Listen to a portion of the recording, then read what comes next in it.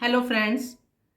मेरे सभी फ्रेंड्स को, मेरे सभी बुज़ुर्गों को, मेरे सभी स्टूडेंट्स को हर्षु शर्मा की प्यार भरी नमस्कार। N3 फॉर ऑल प्रोग्राम में आज मैं एक टॉपिक बहुत दिन से सोच रही थी कि पेरेंट्स के साथ डिस्कस करने के लिए। मैं भी अपने आप को, आप सभी पेरेंट्स में अपने खुद को भी मैं साथ ही लेती हूँ एज ए पेरेंट्स। बहुत दिनों से मेरा मन था कि मैं पेरेंट्स से और अपने मन से भी एक सवाल पूछूं कि क्या आज की शिक्षा जो हम अपने बच्चों को प्रोवाइड करवा रहे हैं, तो कई बार हम पेरेंट्स को लगता है हमने बच्चों को सुबह उठा दिया, स्कूल भेज दिया, फी टाइम पर दे दी, ट्यूशन भेज दिया, हम अपना पूरा फ़र्ज़ निभा रहे हैं, बच्चों की स्टडीज़ अच्छी हो रही हैं, तो बच्चा अच्छे राह पे चल पड़ा है, हो गया, सब ठीक हो रहा है। लेकिन एक बार मुझे लग रहा है कि एक बार ज़रा गौर से अगर देखा जाए, सोचा जाए, समझा जाए कि क्या ये जो हम बच्चों को डिग्रीज दिलवाकर बच्चे मेहनत करते हैं, बच्चों को कागज़ की डिग्रियां मिल जाती हैं, क्या बच्चों को उससे पूरा ज़िंदगी जीने का तरीका सलीका सब आ रहा है? ज़िंदगी जीने के दो नियम, एक तरीका और एक सलीका आ जाए, वो इंसान कभी ज़िंदगी में हार नहीं सकता। तो क्या हम बच्चों को तरीका और सलीका दोनों ही प्रोवाइड करवा रहे हैं? जो एजुकेशन हम दिलवा रहे हैं वो, मेरे जहाँ तक मैं सोचती हूँ और मुझे लग रहा है कि आप सब भी यही सोचते होंगे कि जो एजुकेशन हम बच्चों को प्रोवाइड करवा रहे हैं, फ़ी देकर, स्कूल्स भेजकर, कॉलेजेस भेजकर, यूनिवर्सिटी भेजकर, क्या हमें लगता है कि सालों सालों से यूनिवर्सिटी चलती आ रही हैं? क्या किसी यूनिवर्सिटी ने भी आज तक एक भी बच्चा जो कि सर्वगुण संस्कार पूर्ण, चरित्र पूर्ण बच्चा बाहर निकाला हो? डिग्री पे डिग्रियां तो ले रहे हैं, हम बहुत खुश होते हैं कि आज बच्चे ने ग्रेजुएशन कर लिया, आज बच्चे ने पीजी कर लिया, आज बच्चे ने एमबीए कर लिया, आज बच्चा अब्रॉड जा रहा है। ये हमें लगता है कि ये हमारी जो एक रियल हैप्पीनेस इसमें है। ये तरीका और सलीका, ये जो पेपर की जो किताबी जो एजुकेशन है, वो हमें ज़िंदगी जीने का तरीका, हमने आगे ज़िंदगी अपनी यापन कैसे करनी है, अपनी फैमिली को कैसे पालना है, वो तरीका तो बताती है। लेकिन व्हाट अबाउट सलीका? सलीका कहाँ गया? क्या आपको लगता है कि आज की जो यूथ आ रही है वो सलीकेदार है? नहीं, क्योंकि एजुकेशन में सलीका कहाँ, मुझे नहीं लगता ज़्यादा करके बताया जा रहा है। यही वजह है कि बच्चे संस्कारहीन होते जा रहे हैं, बच्चों को बात करने की तमीज़ नहीं है, बच्चों को उठने बैठने का सलीका नहीं है। फॉर एग्जाम्पल, शायद मेरी बात बुरी लगे तो मैं पहले ही माफ़ी मांगती हूँ आप सभी से।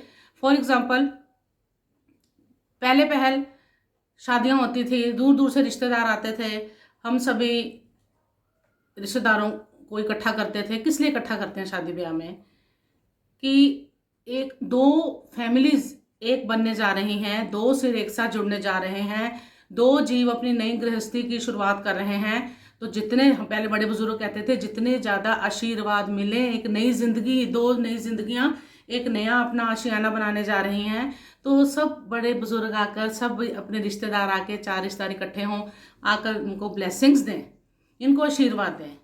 और पुराने टाइम में बहुत अच्छी तरह झुक कर नमन करते थे अपने बुजुर्गों को और उनसे मनचाही असीसें पाते थे। लेकिन आजकल शादी के मंडप में, वहाँ पर जहाँ पे दूल्हा दुल्हन बैठे हैं, वो कोई बुजुर्ग आ रहा है तब भी ऐसे ही हो रहा है, ऐसे हल्का सा हिला देते हैं बस। ये क्या है? हम मॉडर्न बन रहे हैं। इन केस बच्चों को नहीं पता कि चलो, लाइफ में कहते हैं ना, मैरिज का पहला एक्सपीरियंस होता है, लेकिन क्या हमने कभी अपने बच्चों को समझाया कि बेटा, आप अगर रिसेप्शन में वहाँ पे चेयर पे बैठे भी हो, जितने बुजुर्ग आएंगे, जितने रिश्तेदार आएंगे, आपने खड़े होकर सबके चरण स्पर्श करने हैं, सबसे ब्लेसिंग्स लेनी है। हम कोई वहाँ पे कोई बहुत बड़ी डिग्री लेके या बहुत बड़ी कोई रैंक लेके थोड़ी बैठ गए हैं कि जो हमारे आगे बुजुर्ग आ रहे हैं, बड़े आ रहे हैं। मैंने खुद इस चीज़ को एक्सपीरियंस किया है। बड़ा अजीब सा लगता है कि अपने जो बच्चे हैं हमारे सामने, जो इतने से इतने बड़े हुए हैं, वो वहाँ उस चेयर पे बैठे पता नहीं क्या सोच रहे हैं कि हमें पता नहीं कौन सी बड़ा रैंक मिल गया कि जो अब उठ के एक चरण स्पर्श भी नहीं कर सकते हैं। दूर से ऐसे इशारा होता है हल्का सा। ये हमारे संस्कार इतने छोटे छोटे छोटे क्यों होते जा रहे हैं? यहाँ हमारी कमी है। हम शादियों में बच्चों के लिए इतना एक से एक बेस्ट चीज़ प्रोवाइड करते हैं, एक से एक अच्छी से अच्छी, क्योंकि सोसाइटी में हमें अपना उठना बैठना देखना है, हमें एक दूसरे की एक रेस में जो लगे हुए हैं कि उससे भी अच्छा करना है, उससे भी अच्छा करना है।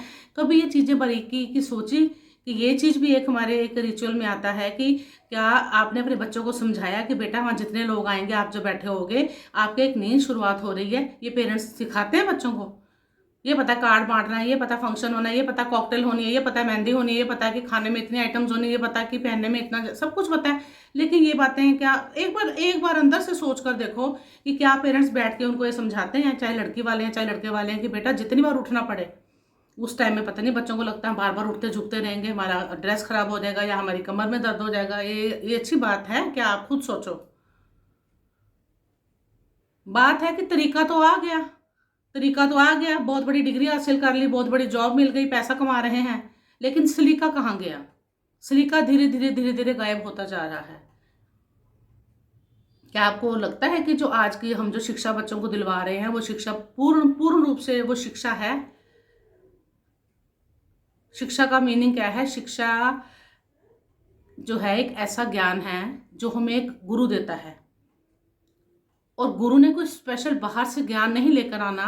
एक छोटे से न्यूली बॉर्न बेबी से लेकर एक बुजुर्ग तक के दिमाग के अंदर परमात्मा ने, यूनिवर्स ने ऐसी शक्तियां भरी हुई हैं जिसमें सारे ब्रह्मांड का ज्ञान है। सिर्फ उसको, उस ज्ञान को बाहर निकाल के हमारे तक लाना कि हाँ हमारे अंदर इतना कुछ है, वो समझाने का काम जो हमारे गुरु करते हैं। इसलिए हमें आचार्य की, हमें अपने टीचर की, हमें अपने गुरु की ज़रूरत होती है, कदम कदम पर ज़रूरत होती है। और जितना आप अपने स्टूडेंट लाइफ में अपने टीचर के साथ रहकर सीख सकते हो, वो गुरु से दूर रहकर नहीं सीखा जा सकता। तो बात चल रही थी तरीके की और सलीके की। यहाँ पर तो आजकल टीचर को ही मुंह बंद करवा दिया जाता है, कहीं टीचर कुछ थोड़ा सा ऊंचा बोल दे या कुछ कह दे, क्यों कह दिया हमारे बच्चे की इंसल्ट। एक तो आजकल बच्चों को इंसल्ट बड़ी जल्दी फील होती है। मैं इस हक में नहीं हूँ कि बच्चे के साथ बहुत ज़्यादा ज्यादती की जाए या बहुत ज़्यादा कोई मतलब फिजिकल पनिशमेंट के मैं भी खिलाफ हूँ। लेकिन हल्का सा डर होना, मैं बार बार अपनी वीडियोस में बोलती हूँ, हल्का सा डर होना बहुत ज़रूरी है। जितना हम डर खत्म करते जा रहे हैं, उतना ही बच्चों का जो सलीका है वो ख़त्म होता जा रहा है। तरीका आ गया लेकिन सलीका नहीं आया। सही शिक्षा वही है जो बच्चों के अंदर, एक इंसान के अंदर एक सही रूप से चरित्र निर्माण का तरीका बताए, कि वो आगे, बच्चा आगे बढ़कर भी जब अपना उसका परिवार बने, वो आगे अपने परिवार को भी पूरे संस्कारों में बद्ध संस्कार पूर्ण, चरित्र पूर्ण हर मेंबर को अगर कर सके तो वही इट मीन्स उसने सही शिक्षा ली है, ग्रहण की है। तो अभी आज ज़रूरत है हम सभी पेरेंट्स को ये सोचने की कि क्या जो हम किताबी शिक्षा जो जोर दे रहे हैं दिलवाने पे, बचपन से लेके बच्चा 24 साल की उम्र तक किताबों में घुसा घुसा घुसा इतना कुछ यहाँ घुसा लेता है, इतना कुछ घुसा लेता है, फिर जो इसके अंदर यहाँ घुसाया होता है वही विचार आपस में लड़ना शुरू कर देते हैं, क्लैशेज होने शुरू हो जाते हैं, बच्चे स्ट्रेस में आ जाते हैं।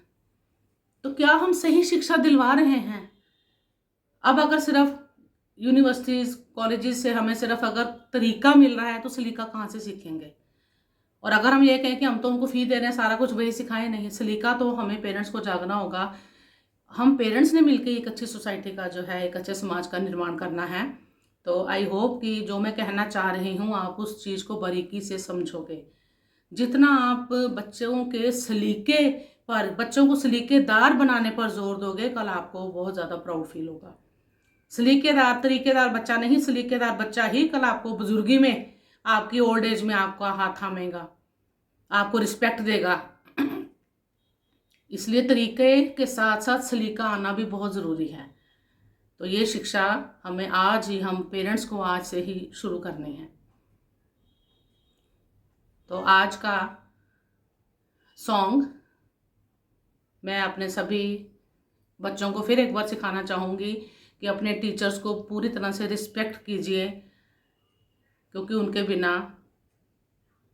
आपको, आपकी लाइफ का, आपके अंदर क्या पावर्स हैं उनको जगाने का रास्ता उनके अलावा कोई नहीं दिखा सकता। तो आइए आज का सॉन्ग मन की आंखों से एंजॉय करें। गुरुओं का सत्कार कभी ना भूले हम, इतना बने महान गगन को छू ले हम। आज ये वर्ड जो हैं ये गॉड को मैं प्रे कर रही हूँ कि हे परमात्मा, हमारे बच्चे, हमारे आने वाले बच्चों के आगे जो जनरेशन्स हैं, अपने गुरुओं का सत्कार कभी नहीं भूलें। गुरु गोविंद दो खड़े काके लागो पाए, बलिहारी गुरु आपने जिन गोविंद दियो मिला। गुरुओं का सत्कार कभी ना भूले हम,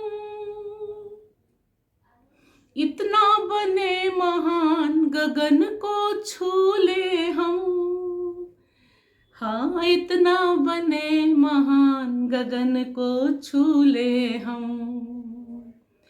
तुम्ही से है आगाज, तुम्ही अंजाम प्रभु, करते हैं हम शुरू आज का काम प्रभु। सुबह सवेरे लेकर तेरा नाम प्रभु, करते हैं हम शुरू आज का काम प्रभु। हाँ, करते हैं हम शुरू आज का काम प्रभु। Thank you, love you all, God bless you.